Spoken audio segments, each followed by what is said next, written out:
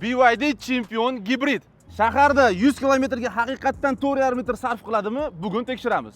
Bugungi sinovimiz uchun Lukoildan 95 ni dagarli oqib ketgunicha benzin quydik. Hozirgi holatda mashinamiz 2421 kilometr bosib o'tgan va batareyka zaryadi bo'lsa 15% ni tashkil qiladi. Zavod 4,5 litr xarajatni qanaqa hisoblagan menga noma'lum. Bugungi sharoitlarimiz konditsioner o'chirilgan, ikkita oyna tushirilgan, ikkita odam ketyapmiz, 166 kilogramm, 40 kilometrda 2 litrga yaqin sarfni ko'rsatyapti.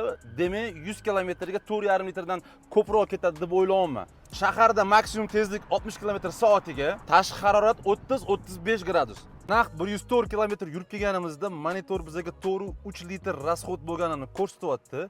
Batareya zaxiramiz bo'lsa 19% qolganini bildirdi. Lekin biz bunga ishonmaymiz. Po faktu qancha litr rasxod bo'lganini bilish uchun zapravkada yana polniy bak quyamiz. Bo'ldi. Toshkentgacha quydik.